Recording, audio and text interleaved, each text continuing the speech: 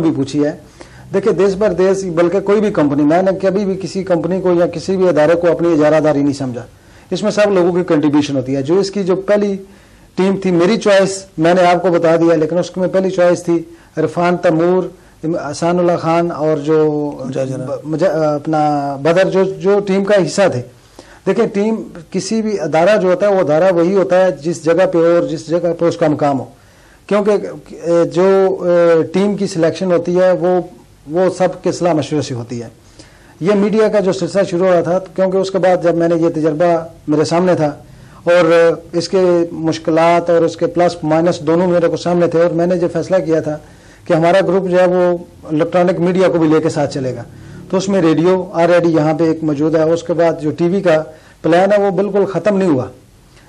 T V کی اہمیت آپ سمجھتے ہیں، یہاں پہ جو یہ چل رہا ہے ابھی اس کی اہمیت آپ دیکھ لیں. ہمارا پراپر جو ہے وہ منصوبہ جاری ہے، نہ ہی ہمیں کوئی اکنامیکلی اس میں کوئی پرابلم آئی ہے، صرف کچھ قانونی پیچیدگی ہے یا ٹائم فریم میں تھوڑا سا تبدیلی آئی ہے. انشاءاللہ یہ میری خواہش ہے اور انشاءاللہ یہ پوری ہوگی. ابھی تو ماشاءاللہ یہ بڑی آسانی ہو گیا کہ ہماری ٹیمیں بہت زیادہ ٹیلنٹڈ لوگ ہیں جہاں پہ کام کر رہے ہیں. پہلے جب یہ شروع کرنے کا سوچ رہے تھے تو کافی مشکل نظر آ رہا تھا، لیکن میری یہ کوشش ہے کہ انشاءاللہ ہم 2010 ختم ہونے سے پہلے کچھ نہ کچھ جو ہے اس کے سٹیپس جو ہیں وہ سامنے عوام کے سامنے. ٹی وی کا اشتہار چلا دیں گے آپ؟ صرف اشتہار سے نہیں کام چلے گا، بات تو پریکٹیکل کی ہے. پاکستان کی کون سی مصنوعات ہیں جن کا یہاں پر کاروبار کیا جا سکتا ہے، جن کا آپ سمجھتے ہیں کہ ہماری گورنمنٹ اور ہمارے جو کمرشل اتاشیز ہیں ان کو کام کرنا چاہیے تھا لیکن اس سطح پر اب تک نہیں کر پائے، جو پاکستان سے یہاں پر امپورٹ آ کے جس میں ہم پاکستان کو بھی زر مبادلہ دے سکتے ہیں؟ یہ حقیقت بات یہی ہے کہ یہاں پہ جو سیٹ اپ شروع ہے یہ تو کاروبار یہاں کے طریقے کے مطابق چھوٹے چھوٹے سیٹ اپ سے لے کے چلے ہیں. بیسیکلی تو بزنس کی روح وہاں امپورٹ اور ایکسپورٹ ہوتی ہے. جی ماشاءاللہ پاکستان ایک واحد ملک ہے جہاں کی ساری اتنی مصنوعات ہیں سب کی سب امپورٹ کی جا سکتی ہیں. جو کلاسیکل مین ہے اسپورٹس اور سرجری جو سب لوگ کر رہے ہیں، لیکن میرے خیال میں اگر یہاں کی جو پراپر کمرشل اتاشی ہے وہ پراپر ہمارے لوگوں کو ایجوکیٹ کرے، جن لوگوں میں ٹیلنٹ ہے خاص کر کے پاکستانیوں کو. اچھا، عام لوگوں کو ایجوکیٹ کرنے کے علاوہ آپ کی طرح کی اور بھی ایسی شخصیات ہیں جنہوں نے بہت زیادہ ترقی کی کاروبار میں الحمدللہ، کچھ پاکستان سے بھی کر رہے ہیں، یہاں کے کاروبار بھی کر رہے ہیں، تو کیا کسی ایسی یونٹی کی ضرورت نہیں ہے؟ کونسل تو میرا خیال ہے بزنس کونسل بنی تھی لیکن ہم نے کبھی اس کی خاص ایکٹیویٹی دیکھی نہیں. کیا ان تمام کاروباری لوگوں کو جمع کر کے ایک مرکزی تنظیم بنا کر پاکستان کی امپورٹ ایکسپورٹ پر کمرشل اتاشی صاحب کی سرپرستی میں اس کی ضرورت آپ محسوس کرتے ہیں؟ دیکھیے میری سب سے بڑی خواہش ہے کہ کسی طریقے سے اگر پاکستانیوں کی کوئی بزنس کمیونٹی کی اپنی تنظیم بن جائے، یہ میری خواہش ہے. لیکن ہماری بدبختی سمجھ لیں کہ ہمارے زیادہ تر جو کاروباری لوگ ہیں وہ یہاں کی سیاسی ایکٹیویٹیز میں انوالو ہیں اور مختلف گروپ بندیوں کی وجہ سے جو ہے وہ بزنس ایکٹیویٹیز، جو بزنس کی جو اصل روح ہے اس سے ہٹ کر جو اصل کاروباری لوگ ہیں، جو بڑے بزنس مین ہیں، وہ تو سیاست میں نہیں ہیں. دیکھیں جی، اصل میں آپ نے بات کیا بڑی والی تو بات نہیں ہے. دیکھیں ہم بھی چھوٹے دکانداری سے ہم نے سٹیپ لیا ہے اور ہمارے جو معاملات ہیں یہ آپ دیکھیں گے کہ ہمارے یہاں کے لوکل لوگوں کی سپورٹ سے جو ہمیں جو اسٹرینتھ ملی ہے، ہم نے سب سے پہلے یہ کوشش یہ کی ہے کہ سب سے پہلے یہاں کے لوکل لوگوں کے جو لوکل جو بزنس مین ہیں ان کا ٹرسٹ جو ہے وہ ہم گین کر لیں، اس کے بعد جو ہے نیکسٹ اسٹیپ لیں.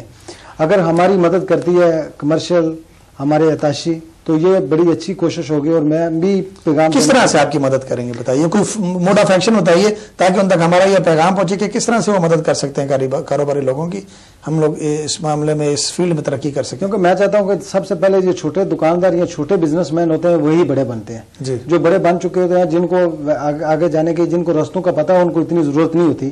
تو کوشش میری یہ ریکویسٹ ہے ان سے کہ جتنے چھوٹے دکاندار یا جن کو ہم چھوٹے بزنس مین سمجھتے ہیں ان سب کو اکٹھا کر کے ان کو ایک یونٹی کی شکل دے کے ان کو کم از کم جہاں پہ ایک ویئر ہاؤس کی ضرورت ہے، جو پاکستان کی جو مصنوعات ہیں ان کے لیے ایک ڈسپلے ہو اور اس میں سب لوگ جو ہے وہ پارٹیسپیٹ کر سکیں. اچھا یہ بتائیے کہ یورپ کے دیگر ممالک میں آپ کاروباری قدم جمانے کا ارادہ رکھتے ہیں یا پھر پاکستان میں جو کچھ آپ سننے میں آیا کہ کچھ کر رہے ہیں، کاروبار ابتدا کر چکے ہیں، اس پر تھوڑی سی روشنی ڈالیے. دیکھیں جی، مجھے خوشی ہے کہ ٹرائی تو بندہ مختلف اوقات میں مختلف جگہ پہ سوچتا رہتا ہے، کرتا رہتا ہے. باقاعدہ ہم نے سائپرس میں جو گریک سائپرس ہے وہاں پہ براک ٹیلی کام نے باقاعدہ اپنا کام شروع کر دیا. وہ ٹیلی کام کی سروسز وہاں پہ پرووائڈ کر رہے ہیں. اور پاکستان میں الحمدللہ ہم نے 2004 سے ایک ہماری کمپنی ملینیم انجینئرنگ سے جو ہمارے ٹیلی کام کے بزنس کو سپورٹ کر رہی ہے. اسلام آباد اس کا ہیڈ آفس ہے. اس کے علاوہ ہم نے ایک ریسنٹلی یورو ایگرو فارم کے نام سے یورپین فوکس لمیٹڈ فنڈ جس میں ہماری کمپنی کا یعنی کہہ لیں کہ وہ ہماری فیملی کمپنی ہے، جس میں سارے شیئر ہولڈر جو ہیں ہمارے بھائی ہیں، فیملی کے لوگ ہیں، وہ باقاعدہ جو ہے وہ اس سال اس نے کام شروع کر دیا اور وہ پروڈکشن میں اس کا کام جاری ہے.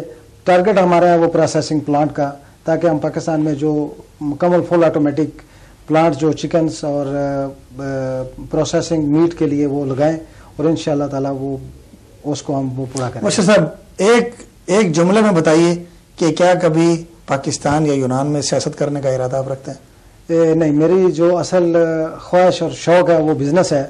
اگر کبھی موقع ملا تو سینٹ کی سیاست مجھے پسند ہے. بزنس کے بعد دولت جمع ہونے کے بعد پھر اگلا خواب حکومت کرنا ہی ہوتا ہے ہر شخص کا، تو آپ کے کیا ارادے ہیں؟ نہیں دیکھیں، نہ تو میرا ٹارگٹ کبھی بھی دولت رہا ہے، یہ میں آپ کو بتا دوں، کیونکہ آج تک ہم نے ذاتی طور پہ میں نے جو بھی پلاننگ کی ہے اس میں میری ٹارگٹ کوشش یہ ہے کامیابی.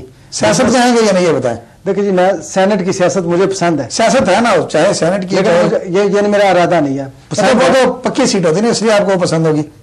یعنی یہ سینٹ کی تو پکی کرنے کے لیے اس کے لیے زیادہ کام کرنا پڑتا ہے. اچھا، یہ آخر میں ہمیں یہ بتائیے، آپ نے بڑی اچھی گفتگو کی. ہماری کوشش تھی کہ ہم آپ سے مزید بات چیت کر سکیں، لیکن ہمیں ہمیشہ قلت جو ہے، وقت کی قلت جو ہے ہمارے اڑے آتی ہے.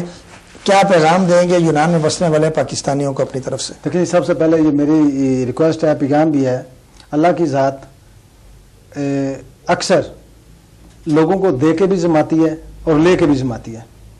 سب سے پہلے تو پاکستان اس وقت جس مشکل گھڑی سے گزر رہا ہے، اس وقت میں ہمیں سب سے پہلے تو پاکستانی کمیونٹی کو ایک ہو کے سب سے پہلے ان کی مدد کے لیے سوچنا چاہیے.